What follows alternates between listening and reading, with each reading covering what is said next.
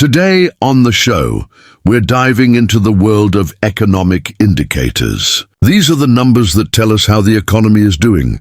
Things like GDP, unemployment rates, and consumer confidence. But what do these indicators really mean? How are they calculated? And how should we interpret them? We'll break it all down for you, with the help of some experts, to make sense of the numbers that shape our world.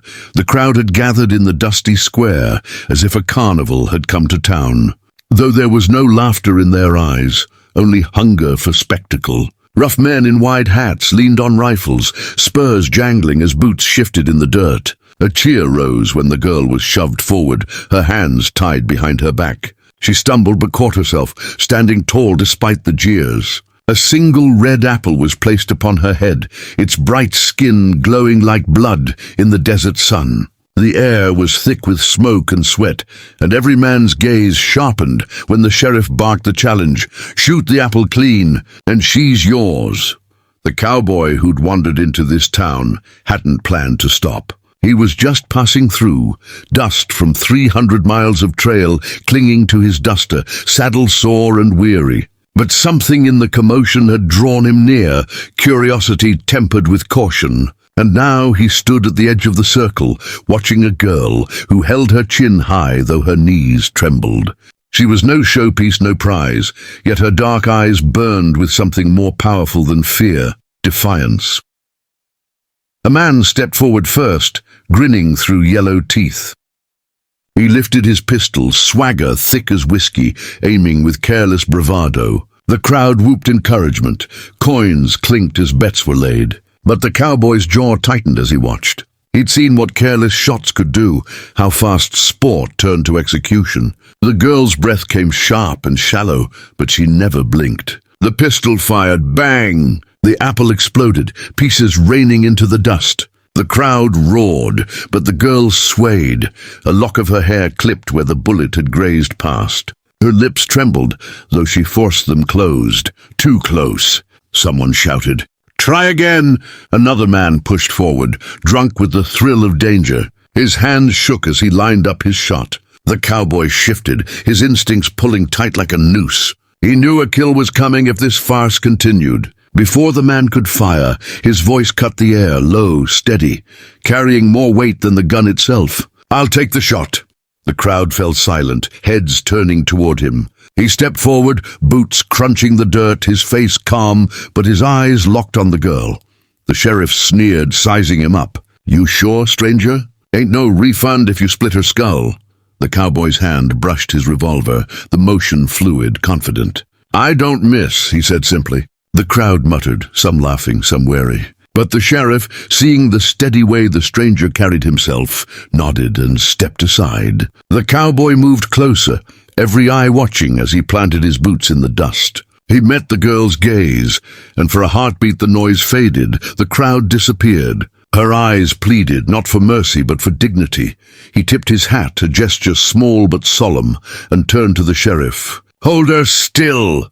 The sheriff shoved the girl roughly, but she stood rooted, her breath quickening as the apple perched once more upon her head. The cowboy drew his revolver. The world slowed. He could hear the creak of leather, the buzz of a fly, the pulse in his own veins. He saw not just the apple, but the fragile line of her neck, the shadow of bruises across her temple. And in that moment something struck him. This wasn't a game.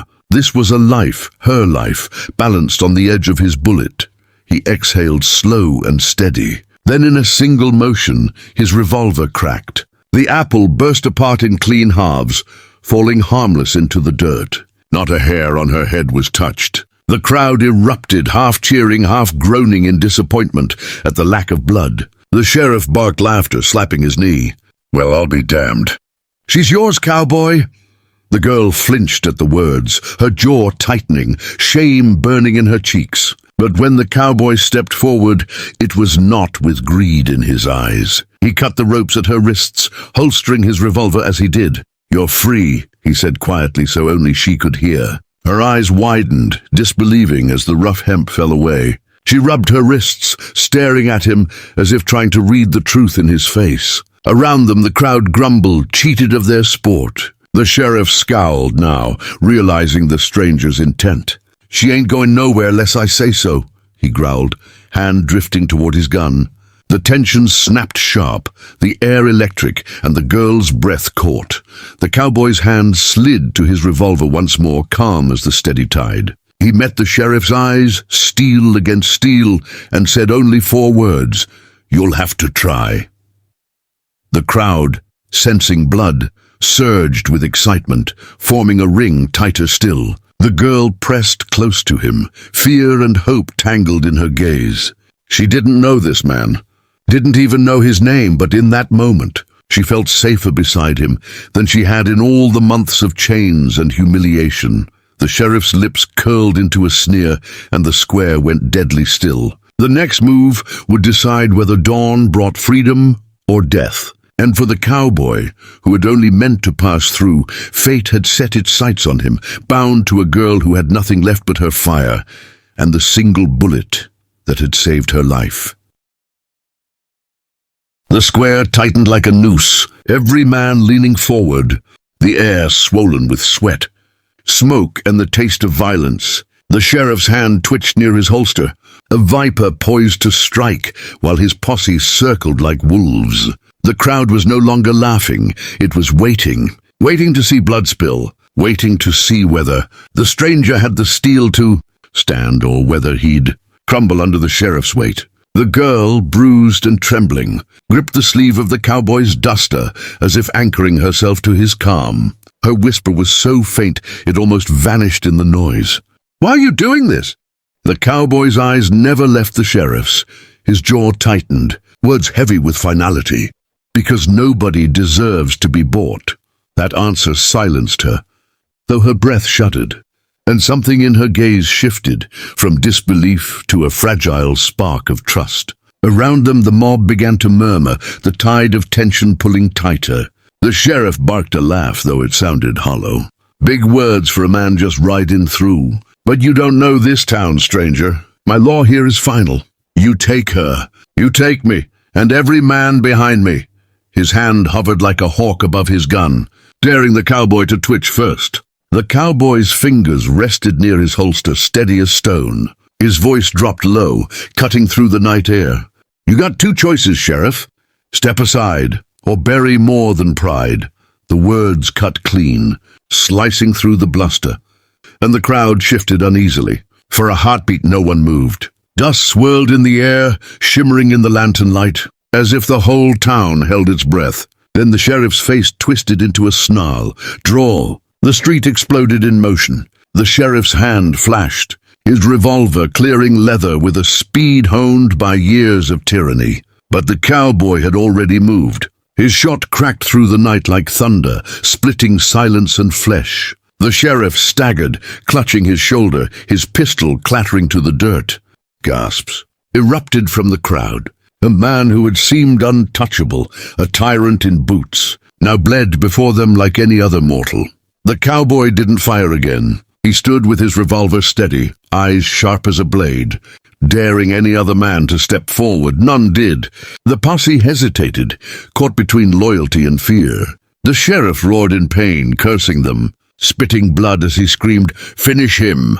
Yet none moved. Not one soul wanted to test the hand that had split an apple clean from a girl's head, without grazing her hair, and then shot down the lawman who ruled them. Fear shifted in the air, no longer aimed at the girl, but at the stranger who stood like judgment itself. Slowly the cowboy holstered his gun, his movements deliberate, showing calm control. He turned to the girl, lifting her gently by the elbow. "Come on!" The words were quiet, but to her they roared louder than gunfire. She stumbled at first, her body weak from days without rest. But his grip was steady, guiding her through the ring of stunned men. No one barred their way. The crowd parted, a silent corridor opening in the dust. She felt hundreds of eyes on her. But for the first time in years, she wasn't being paraded like a prize. She was walking away. Behind them, the sheriff's curses echoed, but no one answered. He bellowed threats, promising vengeance, swearing he'd hunt them both down. Yet his words carried less weight now, dripping from a wounded man whose authority had cracked. The cowboy didn't look back. Each step forward was one further from the gallows of that town, one closer to freedom, even if the cost of it would come later. They reached the stables, the girl's legs trembling with exhaustion. The cowboy saddled his horse with quick efficiency, the lantern casting long shadows across the worn leather. He lifted her into the saddle first, ignoring her startled protest. "I can't," she began, but he silenced her with a look, steady and firm. "You've done enough. Hold on." He swung up behind her, the horse shifting beneath their combined weight. With a sharp kick, they broke into the night, hooves pounding against the earth like drums of war. The desert swallowed them, stars blazing overhead, wind tearing at her hair as she clung to the saddle horn. For the first time since she could remember, she wasn't trapped. She was moving, free, though fear still gnawed at her heart. She glanced back once. The glow of the town fading into nothing against the endless horizon. Ahead of her, only darkness, only unknown. She whispered more to herself than him, "Why save me? Why risk your life?" The cowboy's voice was low, rough from dust and silence, but it carried a truth she could feel. "Because I've seen what happens when good men do nothing. And I reckon I can't carry that weight anymore." His words sank deep, stirring something buried inside her, something she thought had died long ago. She turned forward again, the night wind drying her tears. For the first time, she wondered if fate had spared her not by chance, but by the pull of a bullet and the will of a man who refused to look away. But dawn would bring more than just light. Dawn would bring pursuit. The sheriff was wounded but not dead, and the men of that town were too hungry, too broken to let their spectacle vanish without blood. As the horizon began to pale with the first hint of morning, the cowboy knew they hadn't escaped, not yet. This was only the beginning.